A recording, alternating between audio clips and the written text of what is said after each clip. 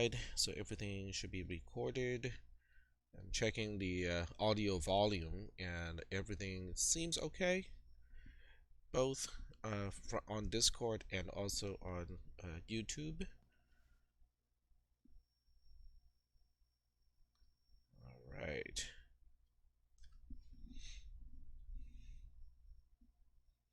About 20 seconds.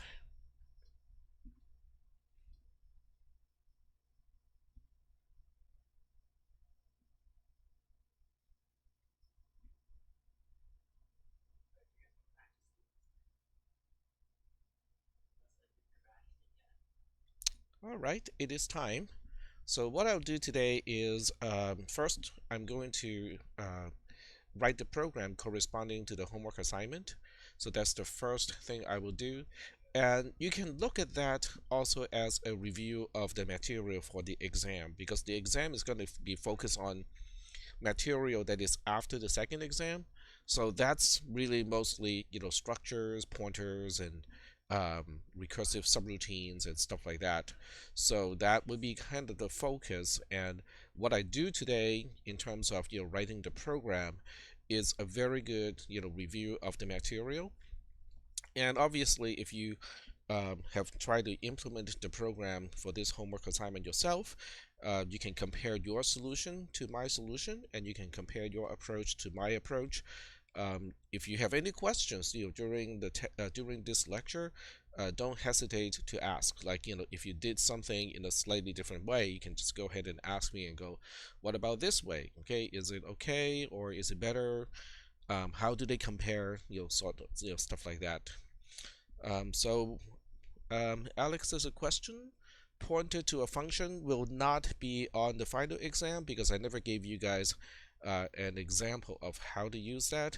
But nonetheless, it is still an interesting topic, because how that is implemented.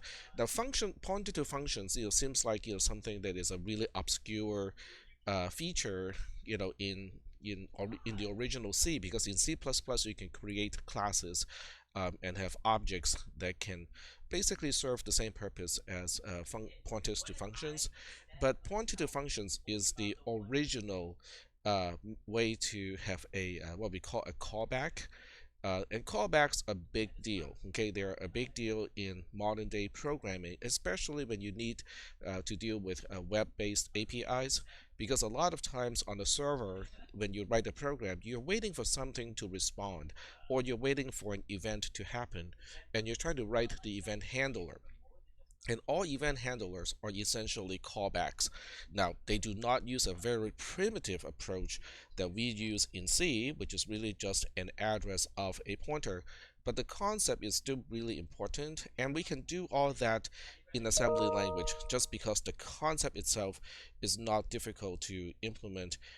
It is just a matter of, well, is it safe? No. Well, if you do it in assembly language, obviously, it's not going to be very safe. It's, at least when you compare that to like Node.js or Python or some of the scripting languages where it's much safer to have callbacks, implemented. So anyway, so that was a good question, and I hope my answer, which is a little bit longer than it needs to be, is sufficient. So without any delay, I am going to continue writing that program. Okay, well, very good. So we'll go ahead and finish this program today. And I already got some of the code written, and I really never changed the assembler since last week. So I'm hoping some of you, you actually leverage that to start your program, because you can actually just copy and paste the code in the source tab into a text editor as your starting point. So that way, you don't have to copy and paste from some place where you have no idea whether it should work or not, because we actually tested this code and we know that it works up to a certain point. So I'm just doing a Control C here and switch to a command line to paste to. Okay, so I'm going to paste this to the starting point of this assignment. I'll call this traverse.ttp.asm. Okay, and here is the paste. go. And we can now go in and start editing the code.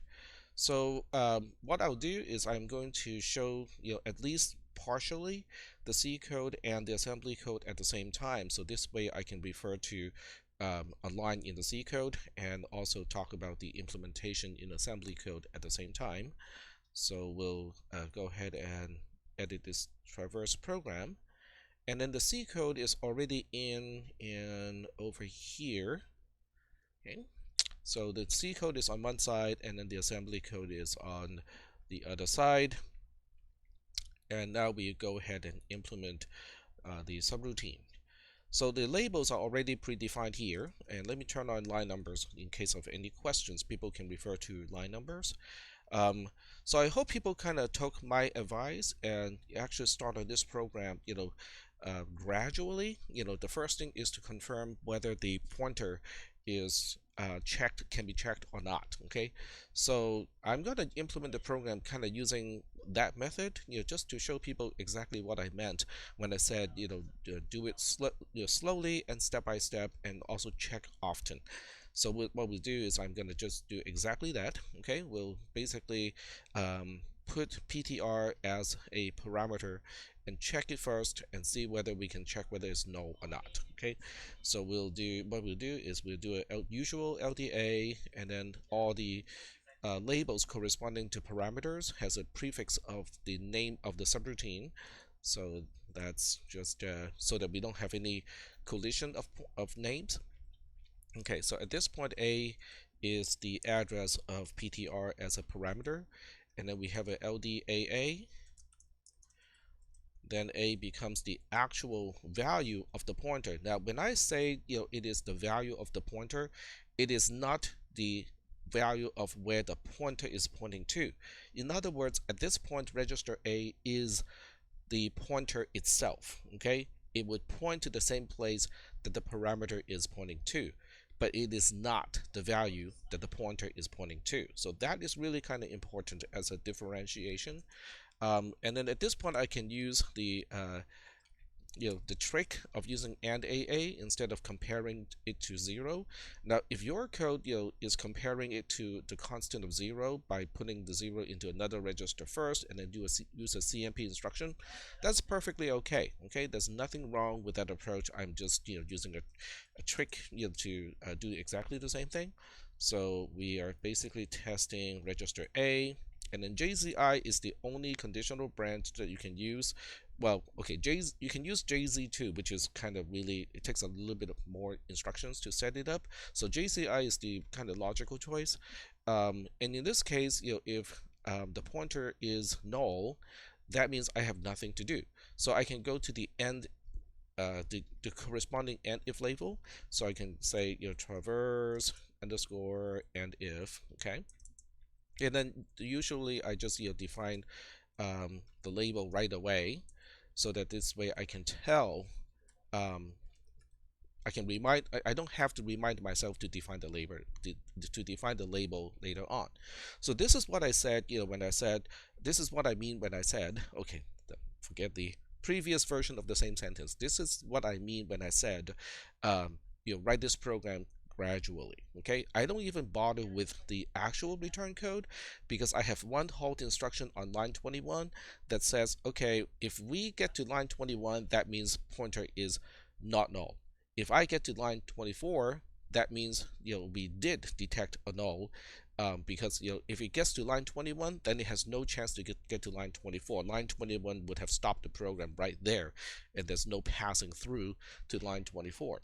Okay, so this is what I meant when I said work on it gradually. So I will just go ahead and do this. Okay, now depending on the editor that you are using, you might have an easier way to how should I put it, to export the content to the assembler. Okay, so in this case, I'm using a command line program. So the way that I would do this is to write to, and this is kind of like a pipe symbol. So xclip -sel clip. Okay, so now the program should be in the clipboard, and I can now switch back to the assembler.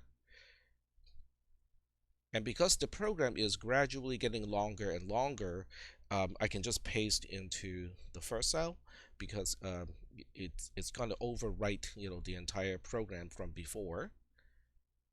And I can switch to RAM file and wait until everything is cleared, and now we can do a download. Okay, and I would just download it to exactly the same place, so this way I can reuse the same command line command without having to kind of change it from time to time. So I'm just going to call this traverse.csv, and then let's switch to the command line interface. And I can open up a new tab over here just to run the command itself. So I'll do the usual trick. Okay, forgot to specify what I'm looking for. So I can do the usual trick of reusing a previous command. Well, actually, this one works exactly the way it should because it is also using traverse.csv as the file name. Okay, so I can just copy and paste it and run it like so. And now I can go back to use the trace analyzer to help me understand how did this program terminate. Did we terminate at the right place or not? Okay. Okay, Hugh is typing something. All right, so I'm keeping an eye on the text channel as I import the log. All right, so Hugh said, can I share the syntax file for new nvim? Yeah, I actually shared it, but I cannot remember where I put it. Yeah, so maybe at the end of today's class, I will post it again. Just remind me at the end of today's class. Right, so log.tsv, open it.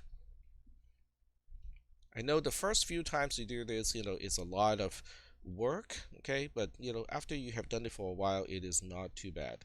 Oh, thank you, Angel. It is in general. Did I pin it? If I pinned it, it would be fairly easy to find. But if I don't, pin it, it might take a little bit of digging to find it.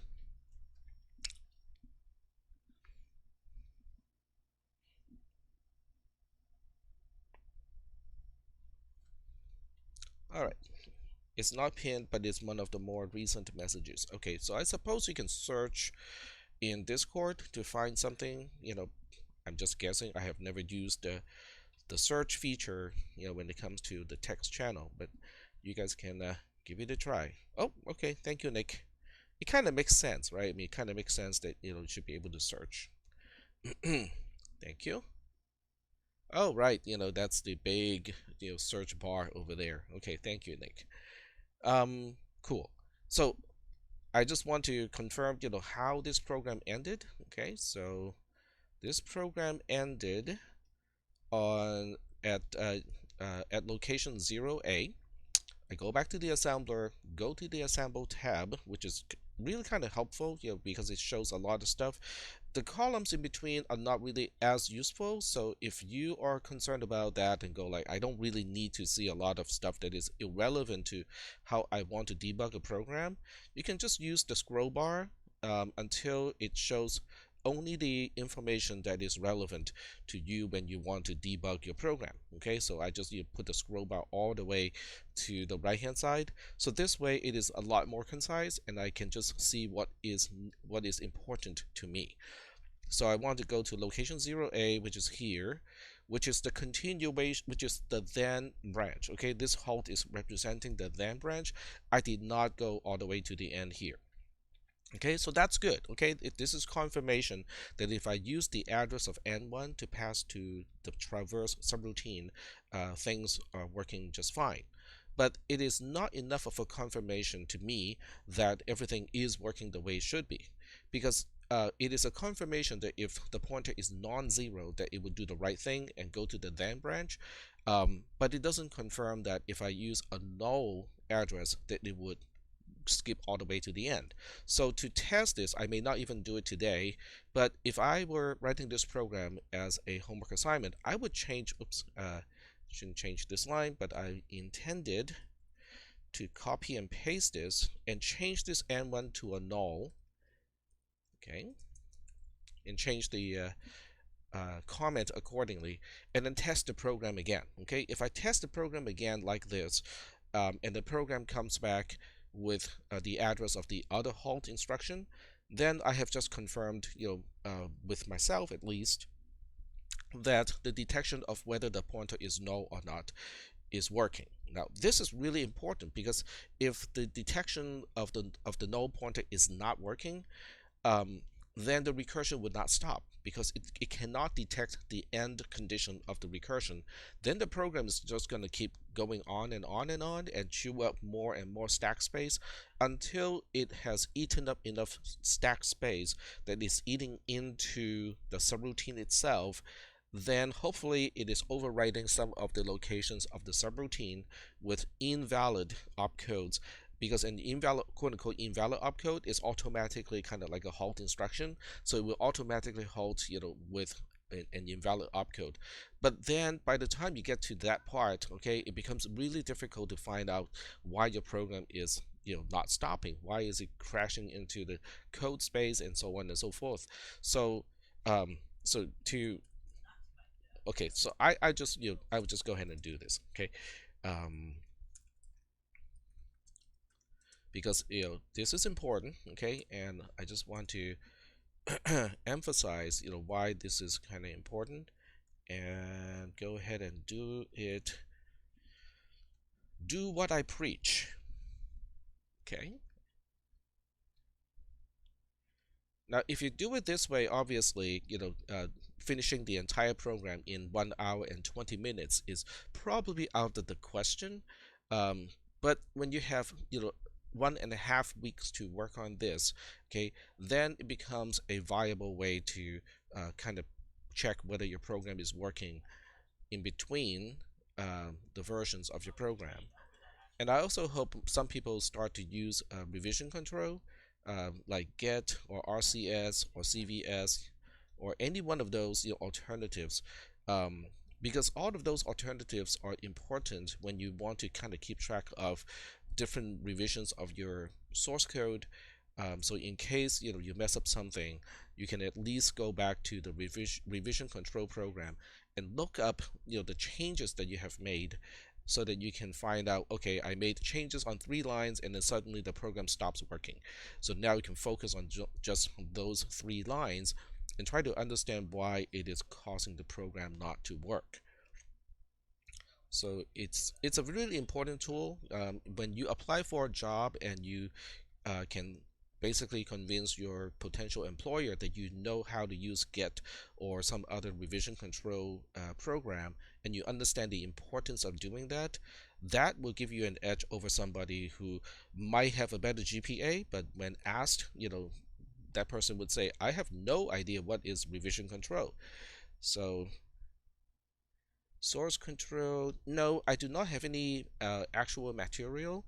But if you go to GitHub, if you just look up revision control, um, not so. So for classes, it's not really. There's not a whole lot of branching. Basically you're still using just one single branch, and you are commenting and making sure that you check in when you have the program up working up to a certain point. So it's not quite, as complex as having 2 branches, because when you have 2 branches, eventually you have to learn how to merge the branches, and that is not an easy thing to learn, especially when you have to do your homework at the same time. So we got the trace analyzer done, and we are going to go back to the assemble tab and look up what is at location 0B, okay, because that's the halt instruction, or the address of the halt instruction. So if I go back here, 0B is right here. It is in fact the halt instruction corresponding to the end if label. Yes, students can, actually everybody can get a free account on GitHub. And GitHub has changed its policy as well. So now even with a free account, you can have private projects instead of public projects. So it's really kind of cool to have that. But since you guys are not, well, you're not supposed to be sharing code, okay? You can actually use Git without using GitHub. Okay, you can just have a local repository instead of a remote repository, and it will still be very helpful without a remote repository. So that's kind of good to know that you don't need to have a GitHub account either if you're just doing your homework assignment. All right, so that being said, okay, I just confirmed that everything is working because 0b is corresponding to the end if label. So the program is working up to this point. So if I was using a revision control program, this is a good time to checking in. Now, for those of you who want to do the minimum to check in a program and you're not planning to work with a group of people, you can always look into something as simple as RCS. Is there a Git repository app? But Git can work locally without using a repository, without a remote repository. So I think it's just a regular Git can do it. RCS, not this one. So I need to look up which RCS. Yeah, it looks like that's the one. Low level. Okay, so with Debian, the default installation of Debian includes RCS, which stands for Revision Control System. So this is kind of like the basic documentation of that. And they changed the documentation a little bit, so it's not really the same as what it used to be. But RCS is really easy to use because some of the operations you can do in Git, you cannot do it with RCS because RCS is pretty much a straight branch. It doesn't do a straight line of revisions, and it doesn't quite do branching. But for a home project, like this program that I'm writing right now, it is already sufficient for what it needs to do. Cool. All right, so now we can move on. Okay, so we can go back to where we were. Oh, okay, cool. Thank you, Hugh. Yeah, it's kind of nice that you can have a plugin, in VS Code to do it because this way, using Git is no more than just quote unquote saving a file. So that's kind of cool. All right, so getting back to the program, okay, and I did not remember to do one thing that's going to be helpful when I do something like this is okay, I should have used the label, or to use a keyword to do, because the keyword to do is usually highlighted in different types of editors. So it basically highlights, so that you remember, okay, I got some more stuff to do here. Okay, so typically, you want to do it. You use a to do to remind yourself, where you need to get back to in order to continue with the development of your program. Okay, so that being said, okay, so now we know the branches are working fine. Okay, and if I can finish the implementation of and if, because it really is just to return back to the caller. I haven't really pushed anything on the stack from the perspective of the subroutine, so there's nothing for me to clean up. So the terminating code is the usual, which is LD. This time you can pick register ABC, because A, B, or C, because the return type of traverse is void, which means the caller really should not be paying attention to register A and interpret register A as a return value. So you can use register A if you want to, but if you are saying, but I'm used to using register B, hey, that's perfectly okay too. So remember to increment and then JMPB all the way back to the caller. So that one is done. Okay, so no more to do over here. So now I have to go into the branch and figure out what I need to do.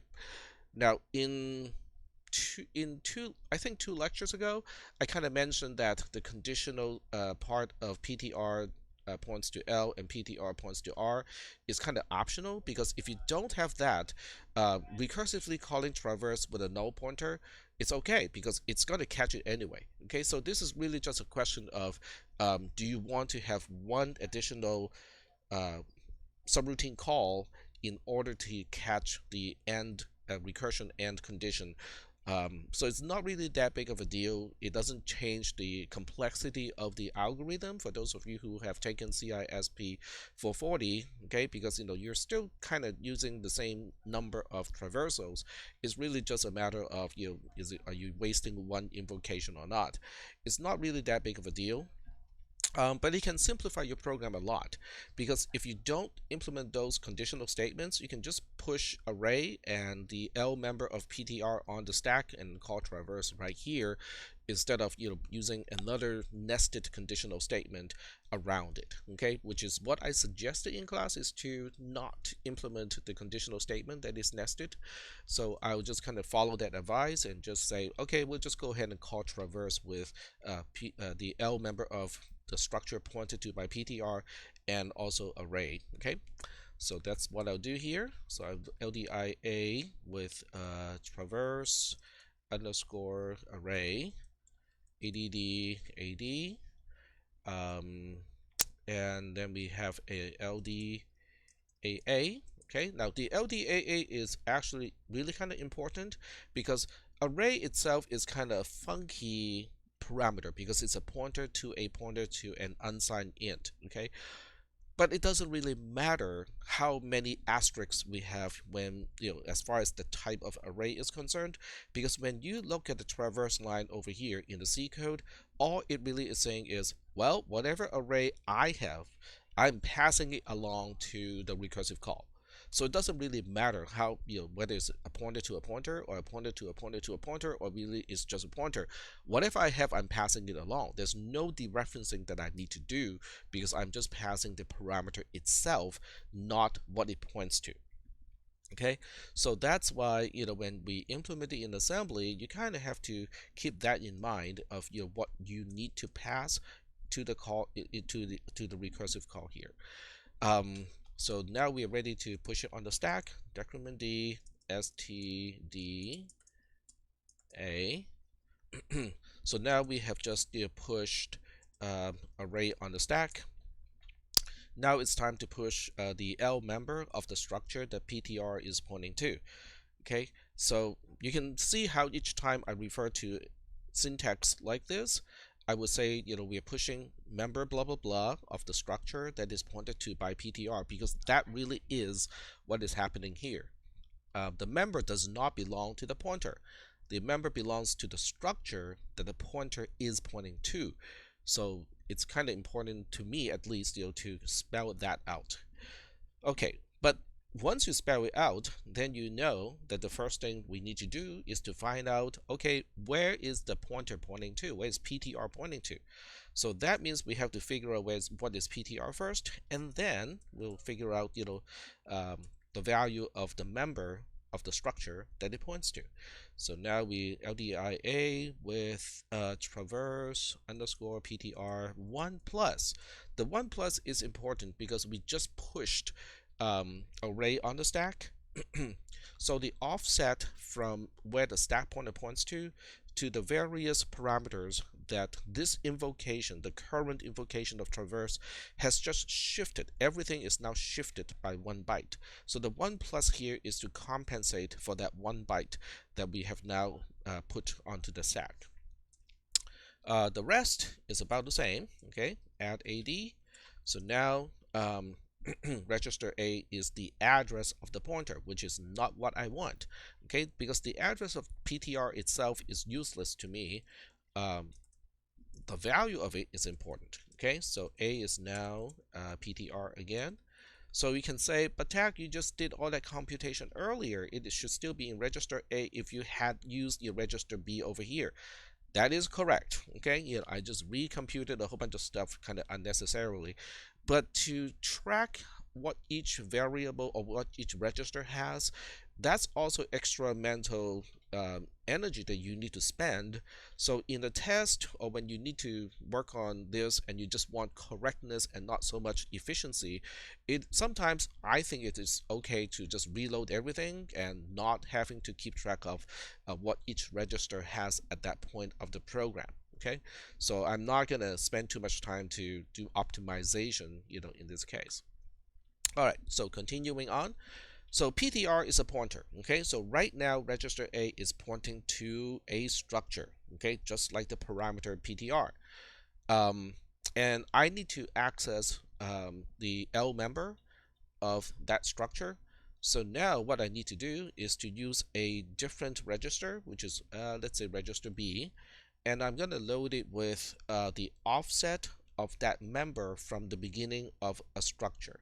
So that would be node underscore L. Okay, so I use this convention in class, and since the discussion of structures, this is kind of the convention where the name of the structure is the first part as the prefix, and then the name of the member is the second part, kind of like the suffix. Okay, so this is kind of consistent, of what I have been using in class.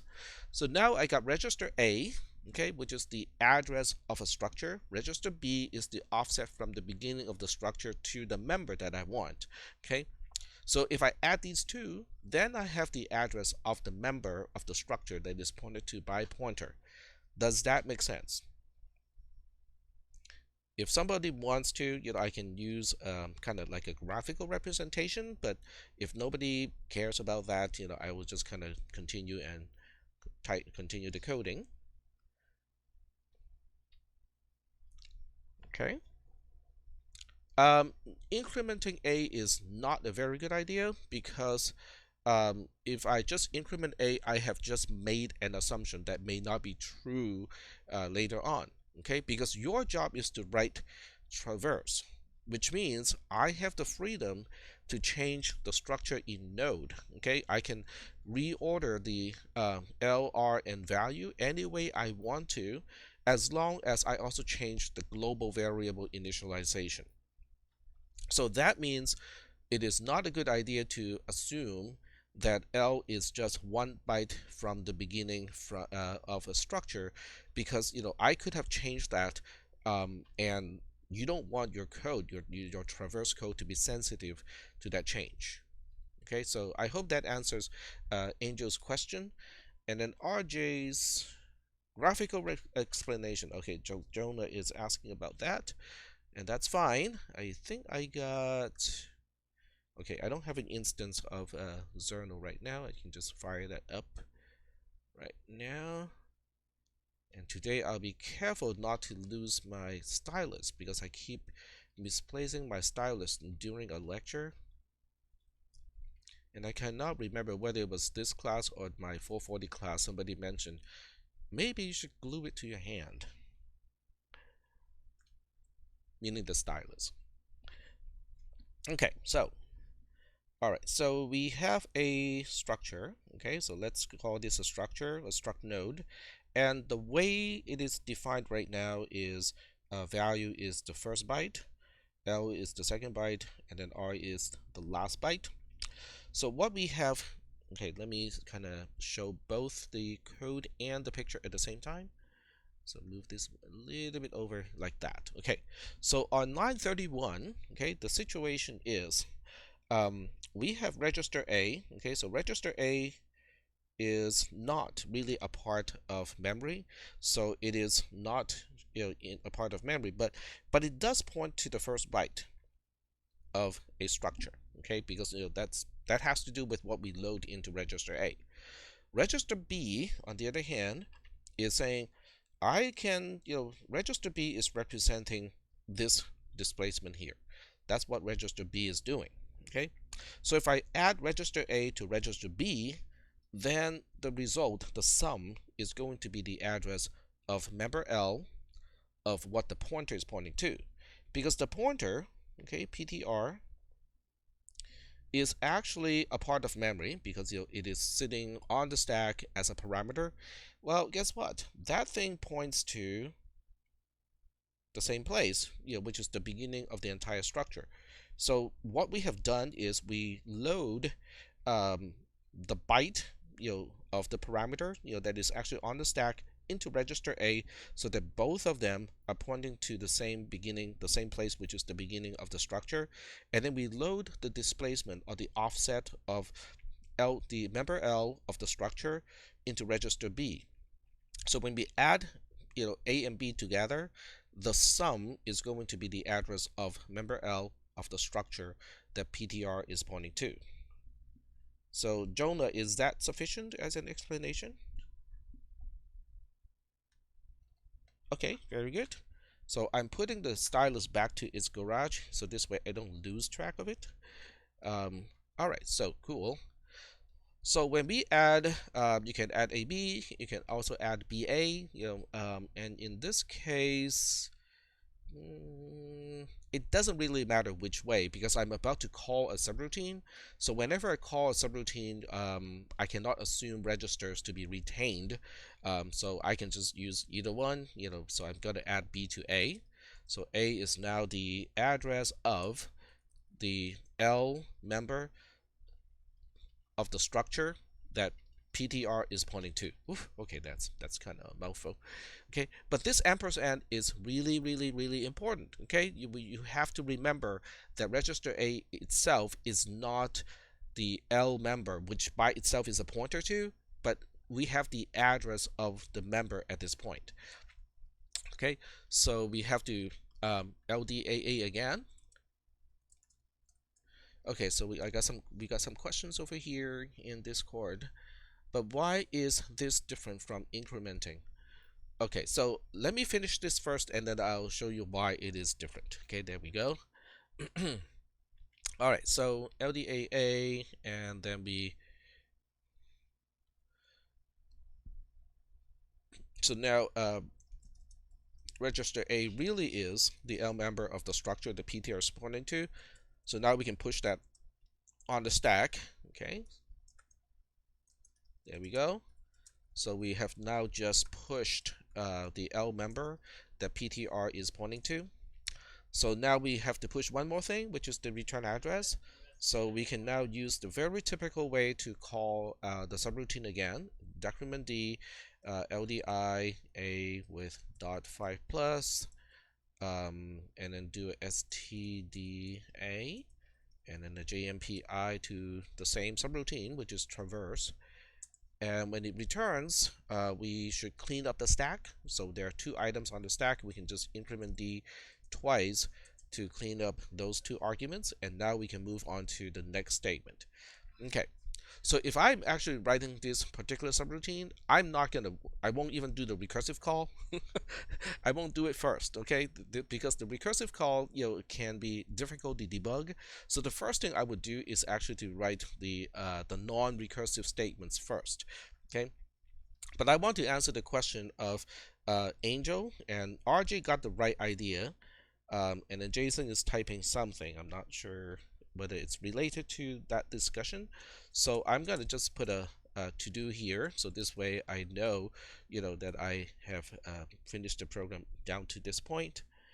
And then Jason wrote here, I think that what the professor said is that we can't assume the members of the structure. Yes, okay, so let me illustrate what I mean by that. Okay, so if I go back to the C code, okay, C code is right here.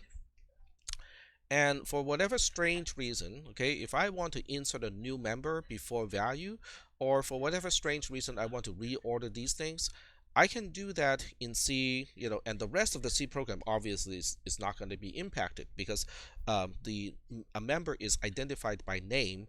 So as long as the name does not change, its relative position within all the other members can change, and the C code is insensitive to that. So I want the same thing in my assembly code. Okay, so that means in the assembly code, I would have to go here and then change the definition of these labels to reflect the change in the C code in terms of rearranging the members within the structure. Now, in this particular program, I still have to go here and change the actual initialization code, but in C code, I would have to change it also over here because the initialization of a structure depends on a list which is ordered, of values that we want to put into a structure. So there's no way I can avoid a little bit of rearranging in the code itself. But the subroutine, which is traverse, stays completely insensitive and isolated from changes of ordering within the structure. And so your assembly code should do the same thing. Traverse as a subroutine should not be sensitive at all to how things are rearranged inside the structure. Okay, so is that okay? Does Angel, are you understanding why I don't want to just increment? Because that relative positioning of members within the structure can be changed, and the subroutine really should not be sensitive to that.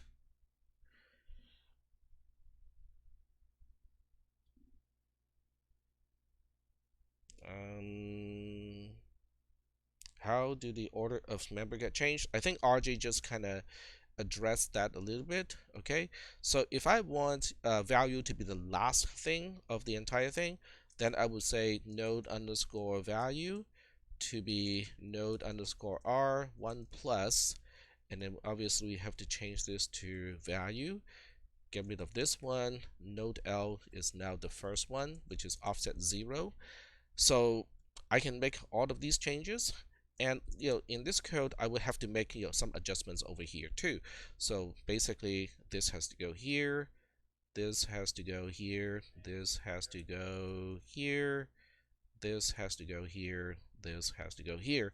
So I have just made all the changes that I need in order to change the ordering of the members within the structure. But guess what? The way I do my code in Traverse means I don't have to worry about a single thing within Traverse as long as the names are preserved. Okay. So Angel is typing. So write the function so it does not rely on the implied ordering of members, or it does not rely on any ordering of the members. Yes, we want it to be isolated from those changes. Exactly. We are trying to make the code reusable as much as we can. Um, so that's kind of the whole point. Yes. Okay. Very good. So I think Angel is getting the point of getting why it is important to write code like this. Even though it is not the most efficient code, it is still more. It doesn't depend as much on the implementation detail. Okay, so I have just finished the recursive call. In other words, I have done this recursive call over here. So it seems like this is a really good time to check the program, right? To see whether it works or not. Okay, so let's do that. Okay, but wait, Tack, you haven't done the entire program, so the array inside main is not going to get changed. How do we know whether the program is working or not?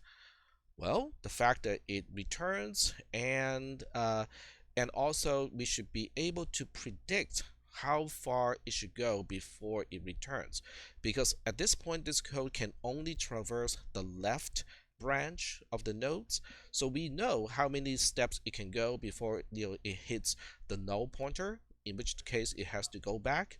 And then by the time we exit from main, as long as I clean up everything in main correctly, the stack pointer should be back to 0. Okay, so and I did clean up everything in main. Okay, so the stack pointer should be back to 0 when this subroutine, even as it is implemented right now, is done.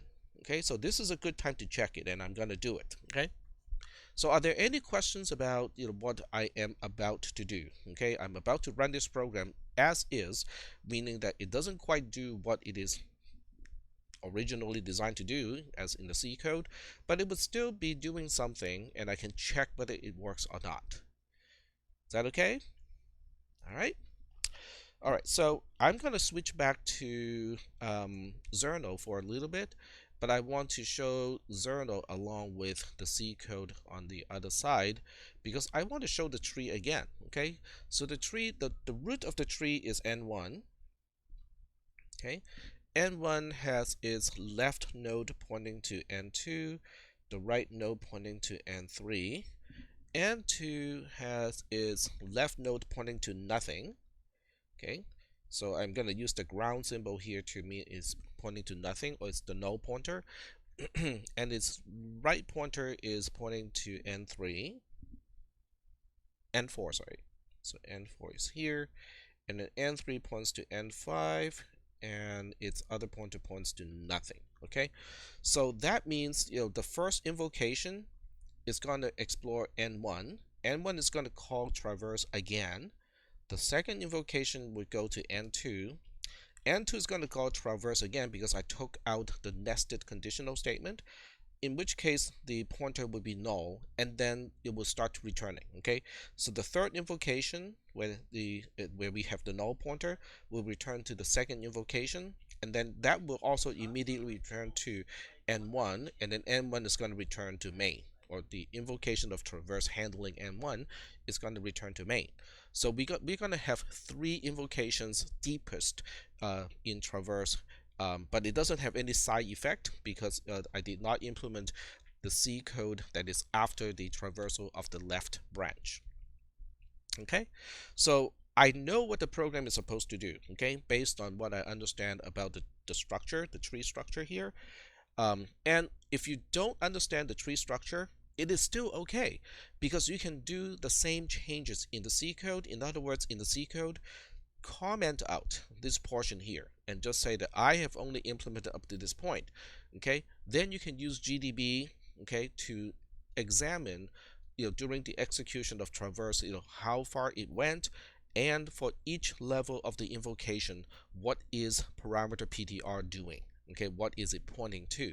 So you would still be able to know the behavior of the code corresponding to the C code, and as a result, you can also predict what the assembly code should also be doing. Okay, all right. So now let's go ahead and check out this code. So write to xclib-sel clip here. I should probably make my own command, so I don't have to type all of this stuff here every single time. And Vim is pretty easy to have shortcut keys as well. So that's the next step, is to specify shortcut keys in Vim to do all of this stuff. All right, go to source, and we just do a paste. Okay, now this one has the ordering change. Value is actually the last member of the structure. Okay, but the code should still work. Okay, because I made it so that it is insensitive to that. And then we go to RAM file, download.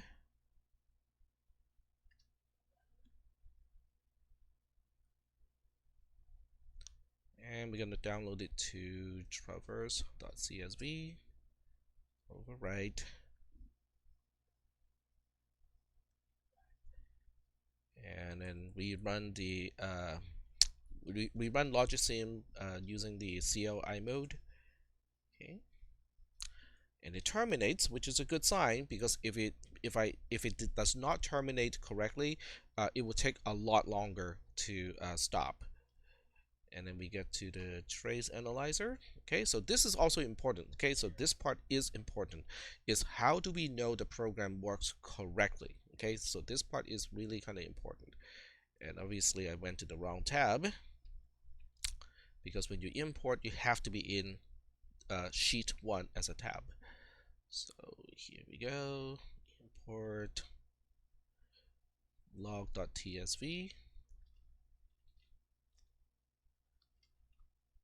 In case anyone is wondering, when I do this with not live streaming, I do not talk to myself.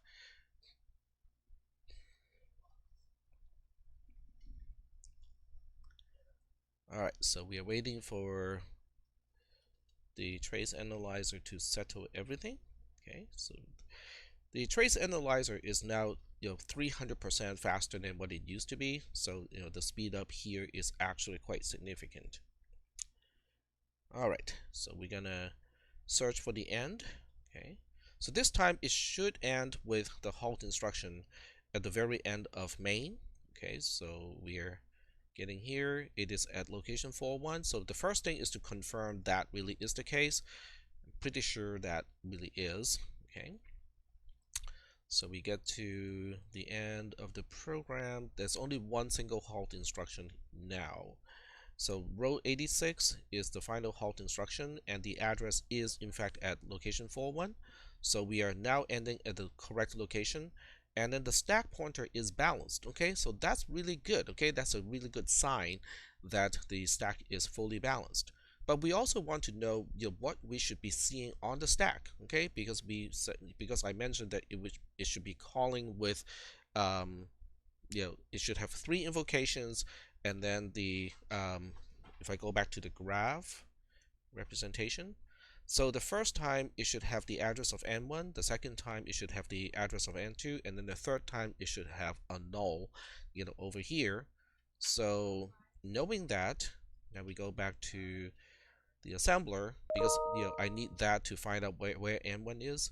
So n1 is at location 42, and then location 45 for n2, and then 0, 0 for the other one.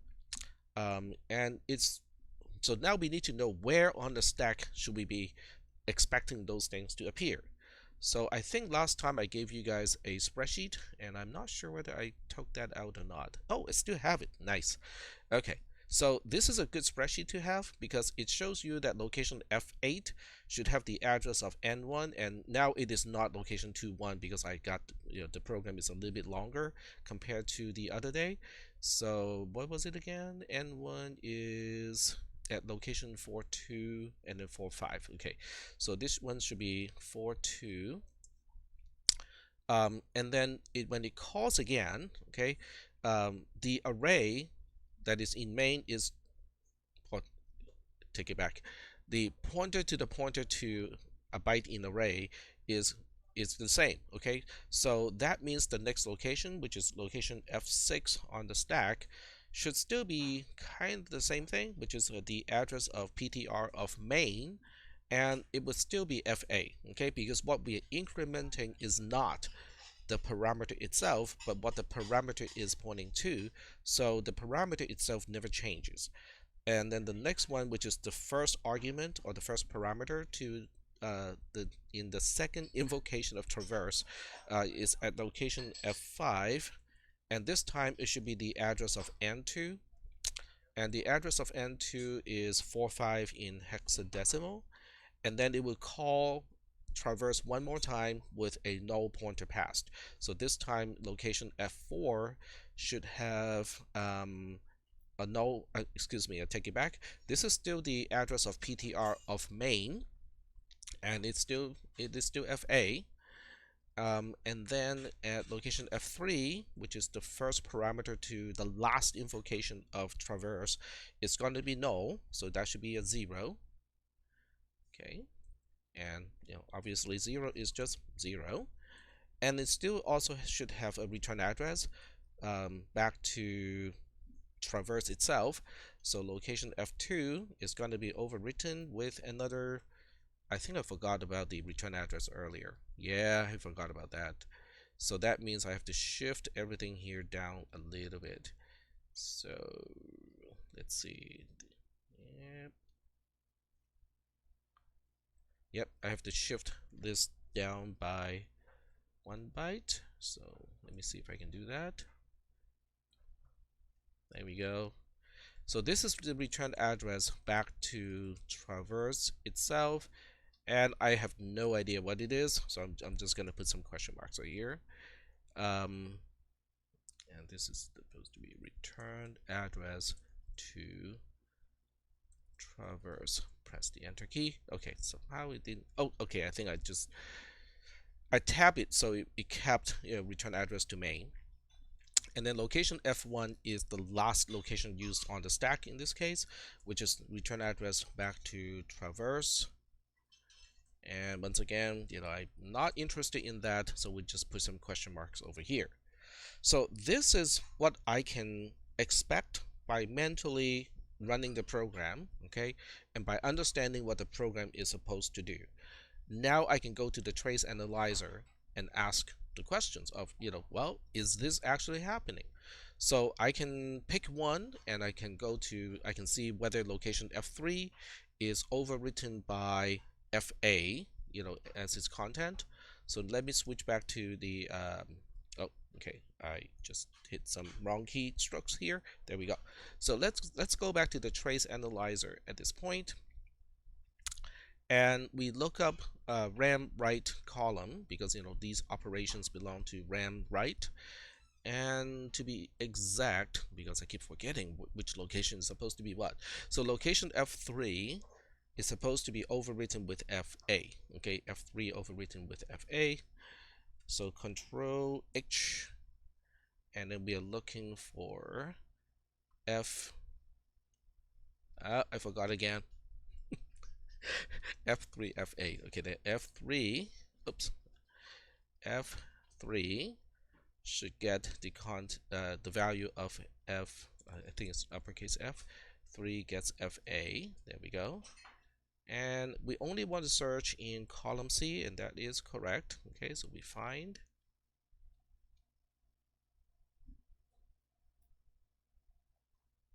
There are no entry matching. Darn. Okay, so if there's no entry matching, then we probably want to find out, okay, what is actually happening. We can see the null pointer is here. It is at location F8, and in my prediction, it is not at location F8. And then F7 is the return address.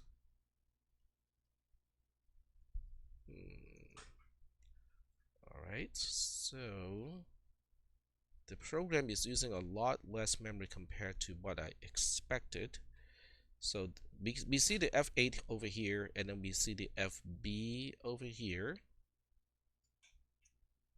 And in the prediction, FA is here, and then the FB is here. So that means the program did not go through all the iterations that it's supposed to. Yep.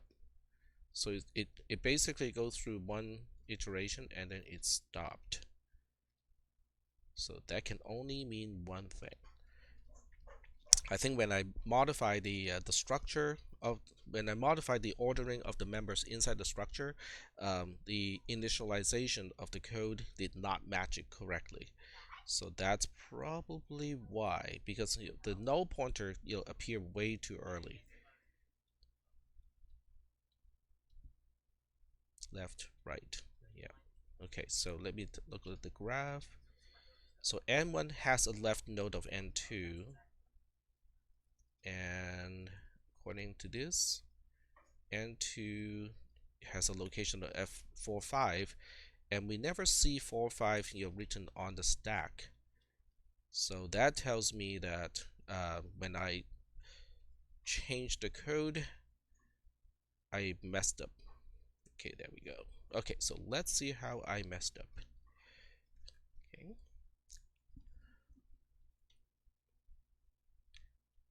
Alright, so I suspect the mess up has to do with the initialization. I'm passing N1. Okay, that is okay. Oh, okay, there we go. I just found what the problem is here. I said, let's test it with a null pointer. Well, we did test it with a null pointer. Yeah, so that's why. So we have to change it back to using N1 and do it over here. So that's why I only got one iteration, because I passed it a null pointer to begin with. Okay, so now it's better. Okay, so have I lost anyone? Did everybody see how I just kind of debugged my own program, which was not exactly a bug. It was just an inconsistency, because I did not remember that I changed the pointer from the address of N1 to null. So it was expecting the program to run as if the address of N1 is passed to traverse, but in reality, my program was still passing only null to the pointer of traverse, so it did not do any recursion at all. Is that okay? Is everybody still following, or have I lost the whole class?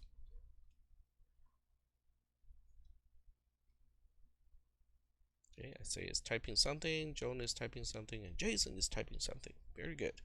Okay, excellent. So we still got people following. Okay, very good. So we'll go ahead and do this again. So even though I'm pretty sure that is the reason, um, I'm going to fix it and make sure that this time it matches my expectation. So I'm not just going to say, yeah, I think what's wrong with this program, make the change and say that should fix the problem, right? Because because that can lead to a lot of problems down the line if I just make the assumption that what I thought was the problem really is the problem, and the fix actually changes the code and fix everything. All right, so we'll retest the whole thing.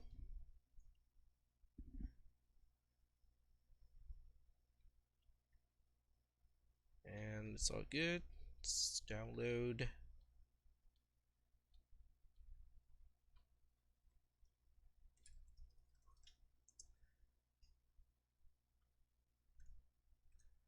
Alright, so we go back to here, go back to the command line to rerun the program, and then go back to the trace analyzer. So the way I set this up, this is just my workflow, is I keep the tabs in the browser, and then I have my command line programs, corresponding to various things. So I don't have to kind of retype long commands, and so it keeps my overhead low. But when you do this in Windows, or you guys may have different ways to kind of improve your workflow. So that's up to you to decide how you want to make things more optimized. So this time I'm gonna look for equal to 4.5 in column C, because I'm expecting somebody is going to overwrite a RAM location with 4.5. So we'll do Control H and say, okay, let's look for just equal to 4.5, which is the address of N2, and just click find, and there we go. Location F5 gets the value of 4.5. So now we have to compare it to my spreadsheet that I have prepared here, and that is exact. Okay, so this time we do have an exact match, but I want to kind of finish the whole thing and see that location F2 is getting the null pointer. Okay, so we look again, Control H, and we say F2 gets 0, 0. Click find.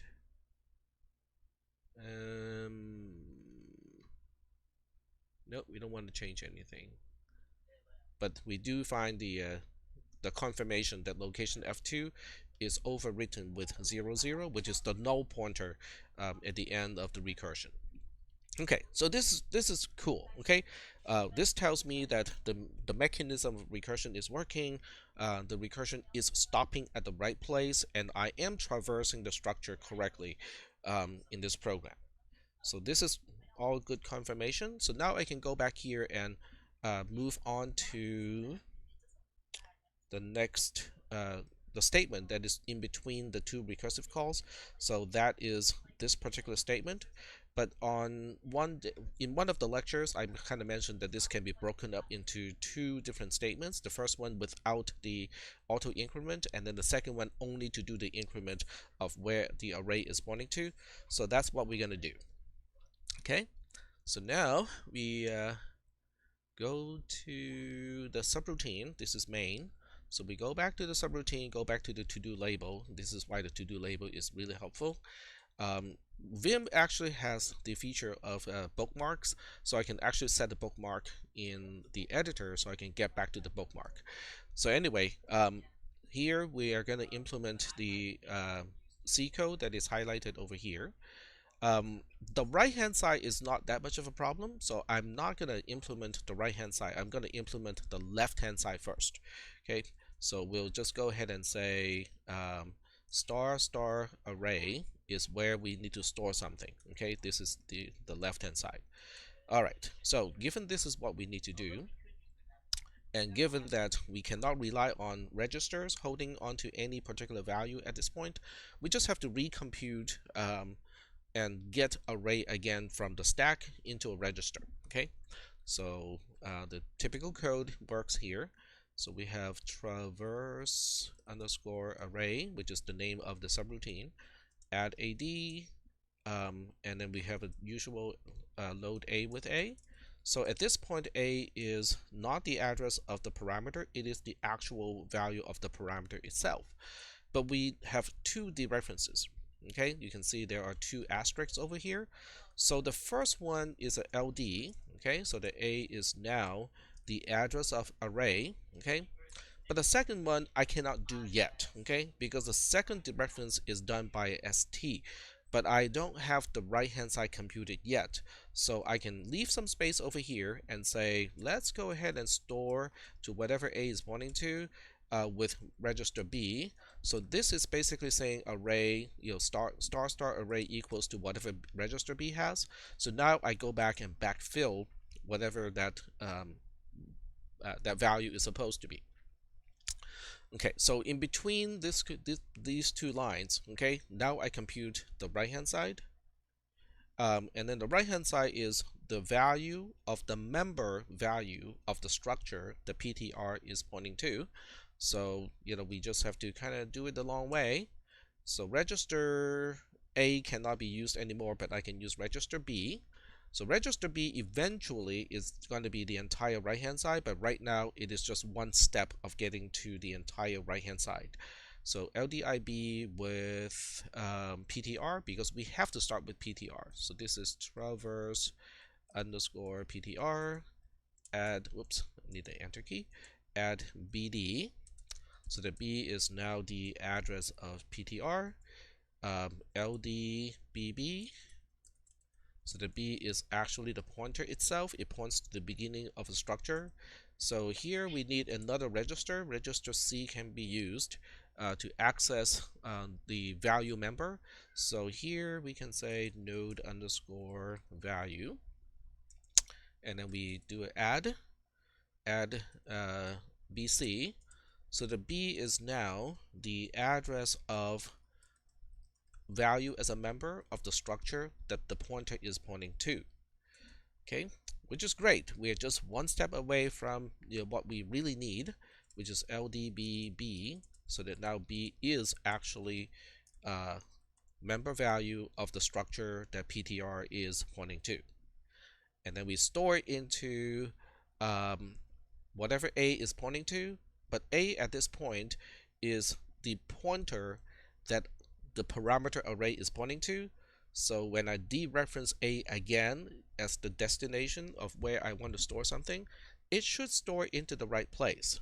Okay, and Angel is typing something here, so let's go ahead and see what Angel is typing.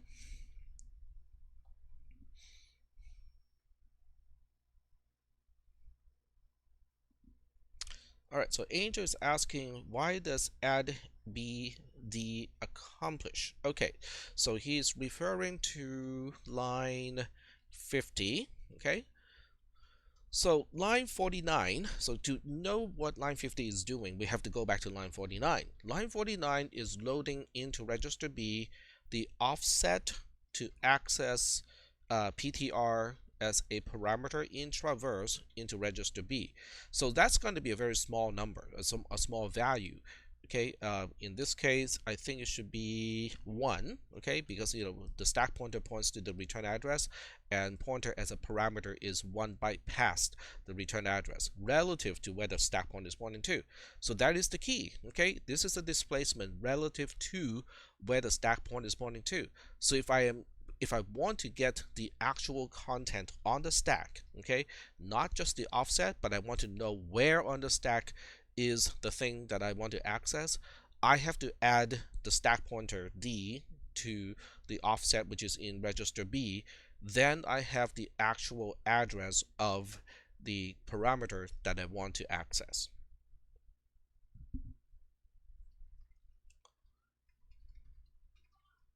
Register D does not have the return address, by the way. Register D has the address of the return address on the stack. All right, so one more question here. So the return address is relative to our parameter.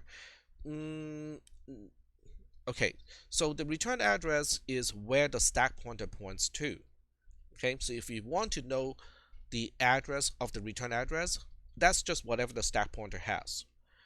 Um, our parameters are relative to the stack pointer, relative to the address of the return address, because the address of the parameters are relative to the address of the return address. Okay, that's a much better way to put it, because the parameters were pushed by the caller, so they are higher up in terms of addresses on the stack. The last thing that the caller pushed before jumping into the subroutine was the return address, and that's why the return address was the lowest item by the time we get into the subroutine. So that is kind of important. Okay, so what Angel is asking, those are all very good questions. And to answer those questions, if you look at the trace, that gives you a really good idea of what is being pushed on the stack. And if you combine the stack, the trace analyzer, and also the assemble tab of the assembler, you can actually find out, oh, it's pushing this on the stack now. No, it's pushing that on the stack now. So I would strongly recommend Angel and other people who have questions like this to read the trace analyzer or the result of the trace analyzer carefully and understand what is being pushed on the stack and what they really are corresponding to the assembly program. Okay. All right, so now we have just implemented one part of the C code that I have highlighted here. So I'm just going to do what I said that I would do, which is to say to do here, then we need to increment whatever array is pointing to, okay? But I'm not going to do it now, okay? Because I want to test the program. Now, if I test the program right now, obviously it's not going to move PTR of main along because I don't have the increment instruction yet. So it's going to overwrite the same location, the first location of the array in main, over and over again. Now, when I say over and over again, it means twice. Okay, so the node n1 is going to overwrite it once, and then the node n2 is going to overwrite it once as well.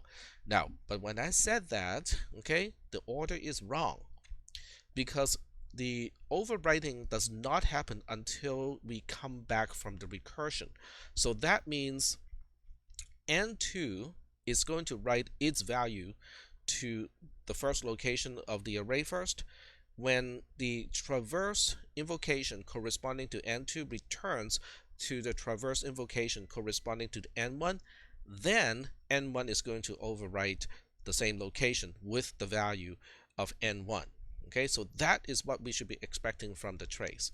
But let's go ahead and give it a try. Okay, so we'll go to this code, save it first, and then we'll give it a try. xclip-sel clip, there we go, and then go back to the assembler, and you can see how I'm really testing the program and you're working on the program kind of step by step. It's not quite as fine, they're not fine steps as fine as I would like it to be, but nonetheless it is still very step by step. Check one thing at a time. I know what I think the program should be doing, and I check that. I make sure that the program is in fact doing that before I move on any further. All right, there we go. We go to the RAM file and download again to traverse.csv. There we go. Go back to the command line, rerun it, and put it back into the trace analyzer.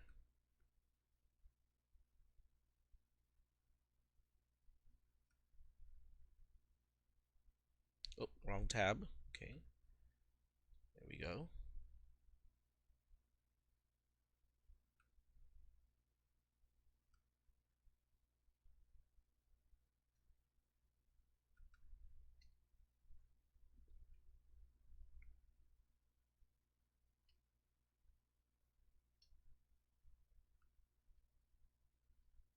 All right, so as the program is working on this, okay, the question is which location should we expect to be overwritten twice in addition to all the other stuff that happened last time, and what values should be written into that location. Okay, so that's the next question. So we go to, well, part of this has to do with the what we can see in the assembler. So we go to the assemble tab, and then we scroll all the way to the end where the values of n1 and n2 are specified.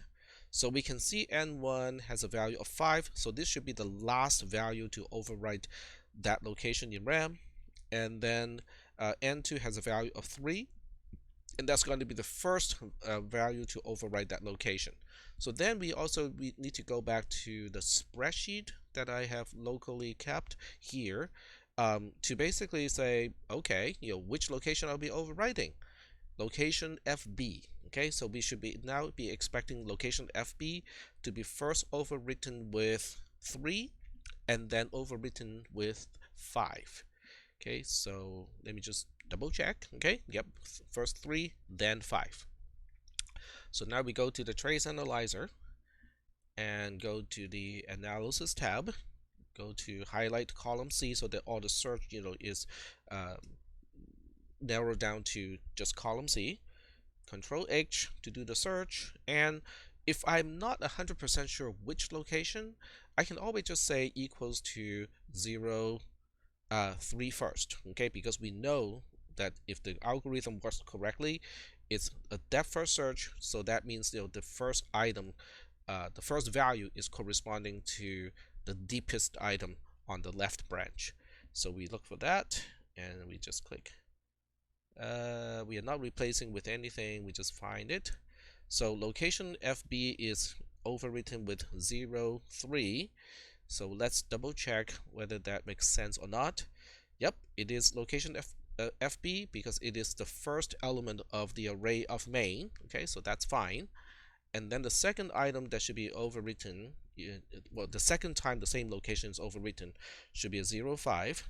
So we want to note the row number here, which is 419, because we want to know which one was overwritten first. Okay, so we expect a row that is after this row to get a value of 0, 5, but it's the same location, which is FB. So we click find, and we find it to be on row 499. It is the same location in RAM, but now it gets a new content of 0, 5. So everything is kind of happening the way I expected. So this is good. Okay, this is a good sign. And if I were using a revision control program, this would be a good time to check in with a comment to basically say, I got this part working. I got the program working up to this part here. Okay. So now I can now go back to the program. Now, if you guys have any questions, do not hesitate to ask, either using the text or the voice channel. Okay, so now I go back to the to-do line here and go like, okay, now we need to increment whatever array is pointing to. Okay, so let's go ahead and do that. So I could have, okay, so once again, there's a lot of could have, saved some of this stuff here and then use it later on. But I'm not going to do it. So one thing I can still do is register A actually still has whatever array is pointing to, but since I have to recompute the address of whatever array is pointing to, well, okay, let me take it back.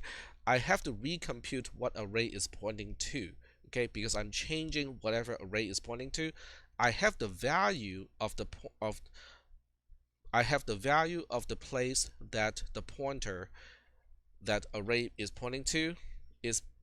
Okay, let me back up a little bit here. Let me try to re-explain it. Okay, this is a better way to re-explain it. A actually has whatever array is pointing to, but my intention is to change that, right? So in order to do that, I need to recompute array itself, because just knowing the value the array is pointing to is not enough when I need to change the location itself. Does that make sense? Does everybody understand what I just said?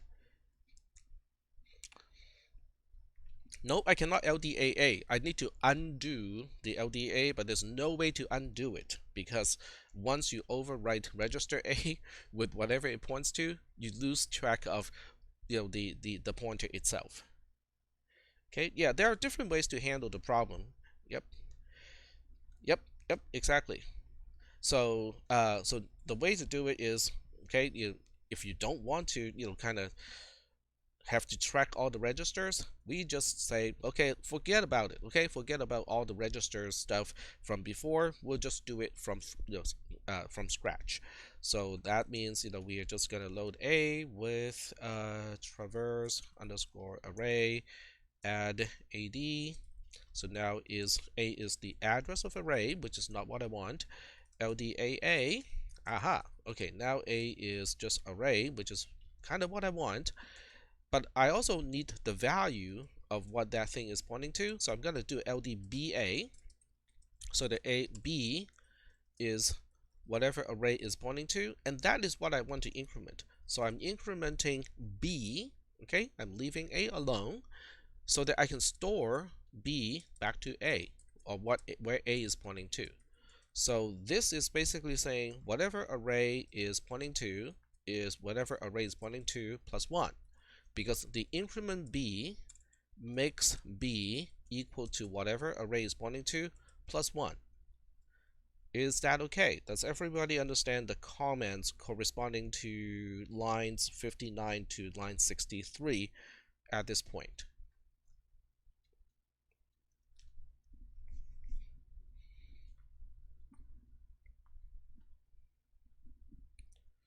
Alright, so I'm just going to save the program first, and then pipe it to oops, xclip cell clip.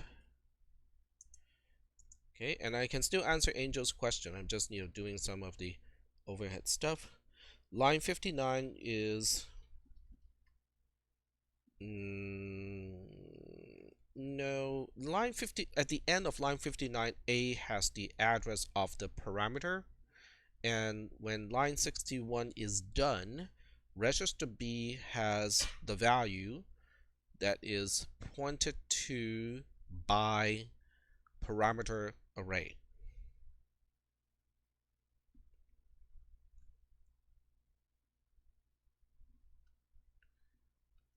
Alright, so let's go back to the source and paste the program again. And then we just go to RAM file and wait for the assembler to be done. So am I answering your question, Angel?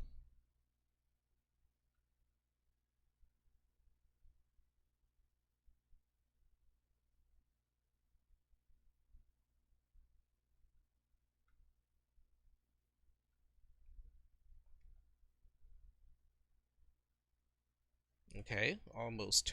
Okay. Yeah, well, you're probably not tracking, what a register is storing, during the execution of the program. Um, all right, so let's go back and run the program again. So when I run the program again this time, okay, I am going to store to different locations because the pointer pointing into the array of main is actually moving this time. So I should be writing the 03 first to the first location of the array, and then 05 should be written now to the second location in the array. Okay, so if I go to the trace analyzer, let's reload the trace analyzer first with the log, and let's call this done. Import, upload.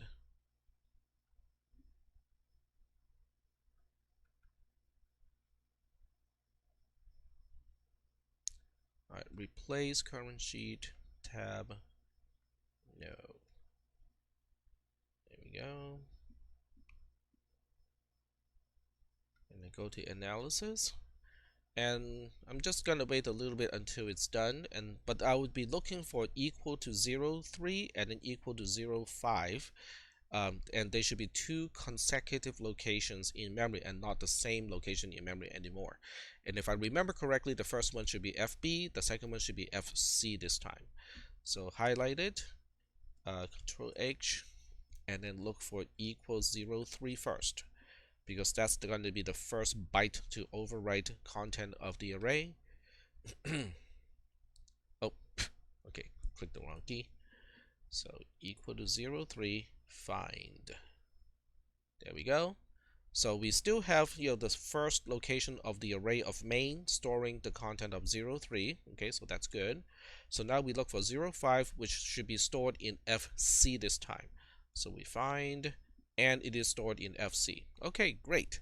So the program is working correctly up to this point. So this is also another moment to check in the program if I were using source control, because now I got the statement between the two recursive calls done, and now what all that is left to do is the second recursion. But since I got the first recursion done correctly already, so the second recursion is more or less just a kind of copy of the first one.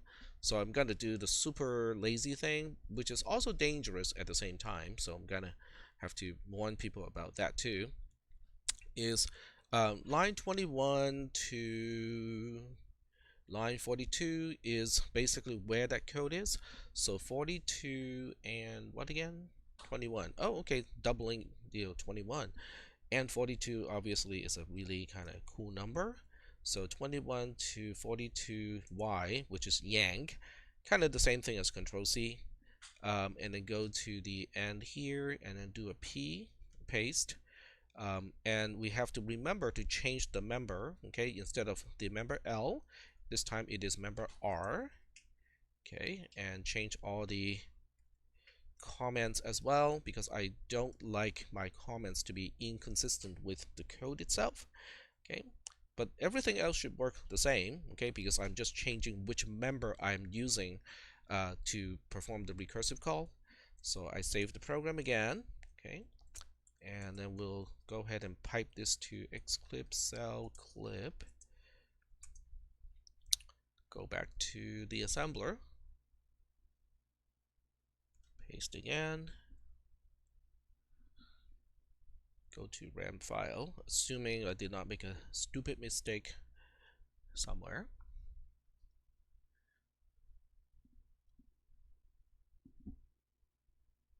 And file, download.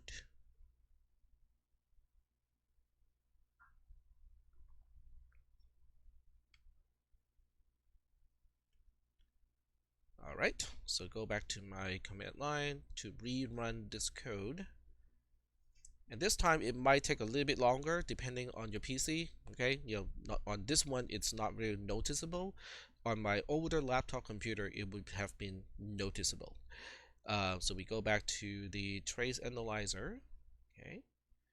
Go to sheet 1 of it, and again import, upload, log.tsv, replace current sheet, tab, and no. Alright, so we go to analysis. So this time we should see all 5 values, to be in here. Okay. So let's scroll all the way back to the beginning. So I am just going to go through a quick check, okay, of those values. So to do that, I kind of need to refer to this the structure code as well. So let me go back to the editor. Okay.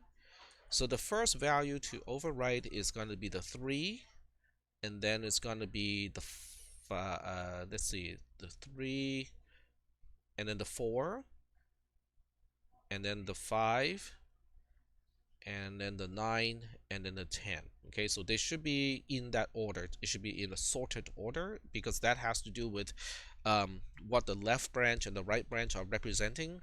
The left branch only have the values that are lower than the value of a particular node, and then the right branch should only have values that are higher than the value of a particular node.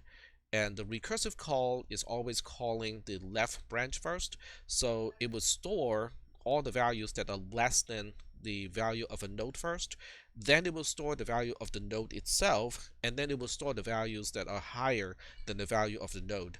And so if you apply this concept recursively, then basically it will just store the values in order. So in this case, it will be 3, 4, 5, 9, 10. Okay, and the 10 is in decimal.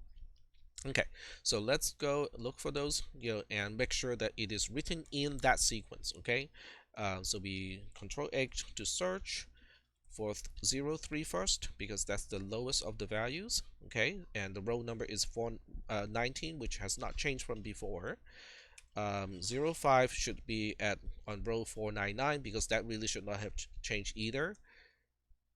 Okay, so that's that. Oh, I skipped the 4. Okay, never mind. I skipped the 4.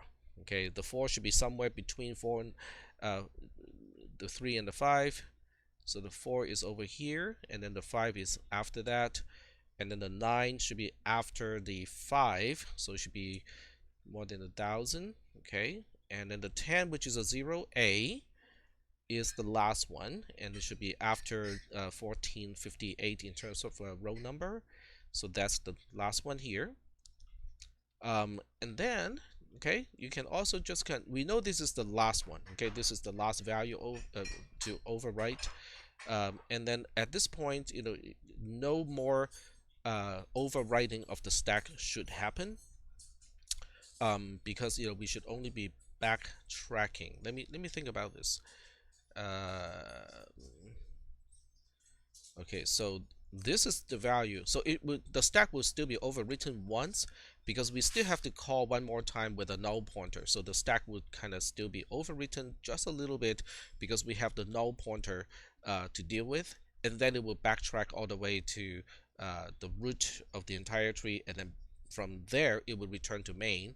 So I'm just going to skip a whole bunch of stuff here to make sure that when I get back to main, the stack pointer is fully balanced and the program exits at the right point. Okay, so we can see the stack pointer is balanced, and we are now stopping at location 6E, and we have to make sure that 6E is corresponding to the null instruction at the very end of main.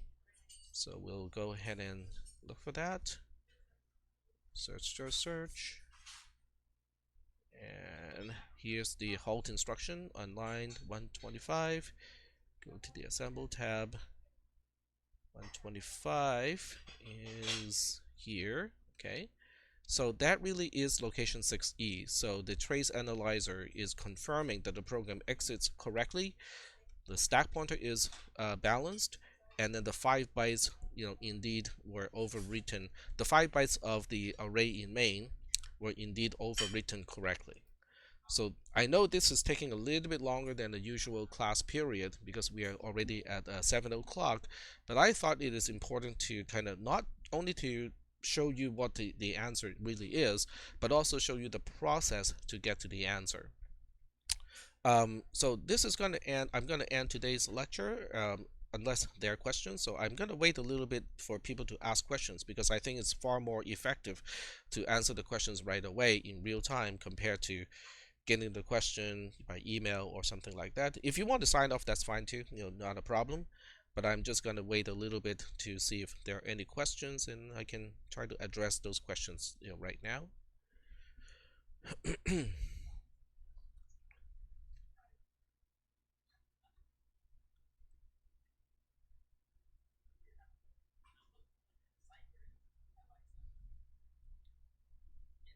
And if you have a question that you do not want me to address, at this time, and you want to direct message it, direct message me, that's fine too.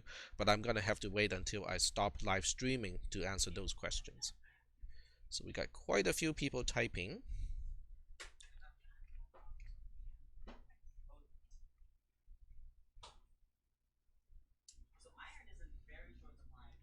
All right, so the first one is Coming from Andre.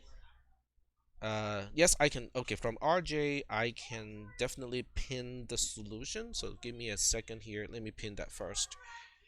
So we are looking into traverse.ttp-asm, and where is that?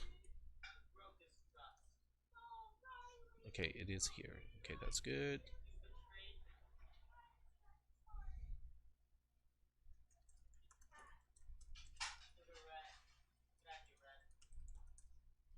All right.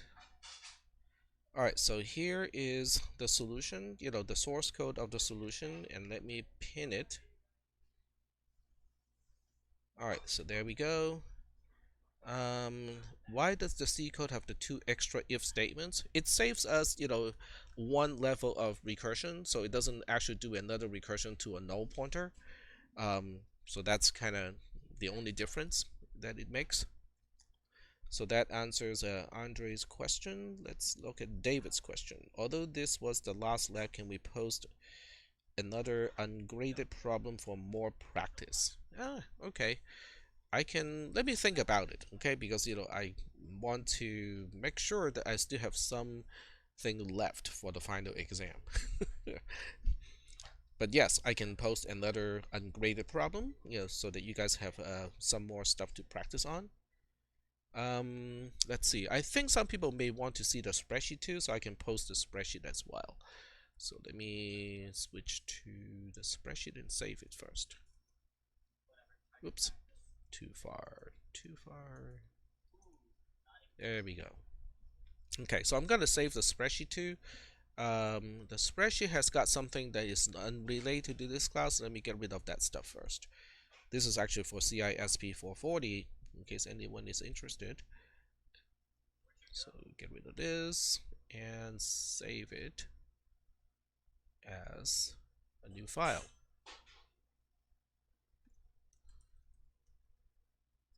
O507, and it's going to be OBS. All right, so I'm going to post the spreadsheet as well, which I think is really kind of important because the spreadsheet shows you how I analyze the execution of the program, basically on the dry dock. Okay, so but that really is important is for you to understand the behavior of the program and how the stack is utilized without having to run the program first, because in order to use the trace analyzer correctly, you still need to have an expectation of what the program is supposed to do. Then you compare what the trace analyzer is showing you with your expectation, and your expectation is coming from kind of a spreadsheet like this. Spread sheet to go along with the lecture. Okay, there we go. So I'm uploading it and pinning it. Anything else that you want me to upload and pin for today's lecture? Because I think that's the only two things that I have not already uploaded at this point.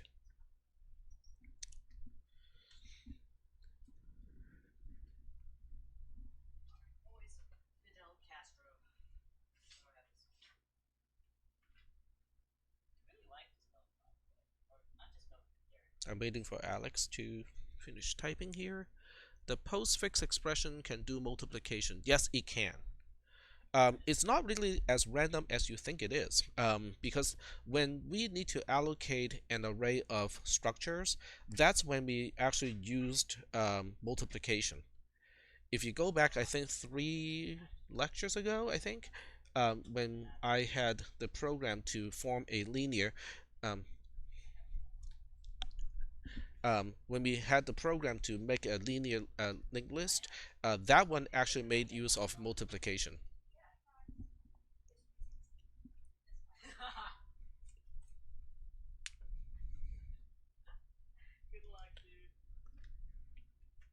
Yep, yep.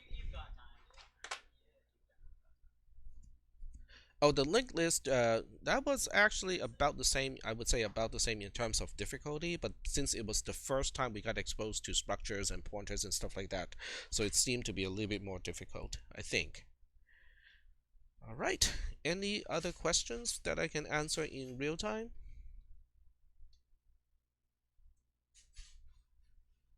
Okay, looks like we are good here. All right, so I'll stay online for, another hour and something. So if you have any questions about today's lecture, it's a good way to ask questions, as early as possible, so that things are still fresh in your mind. But I'll turn off the live streaming stuff now,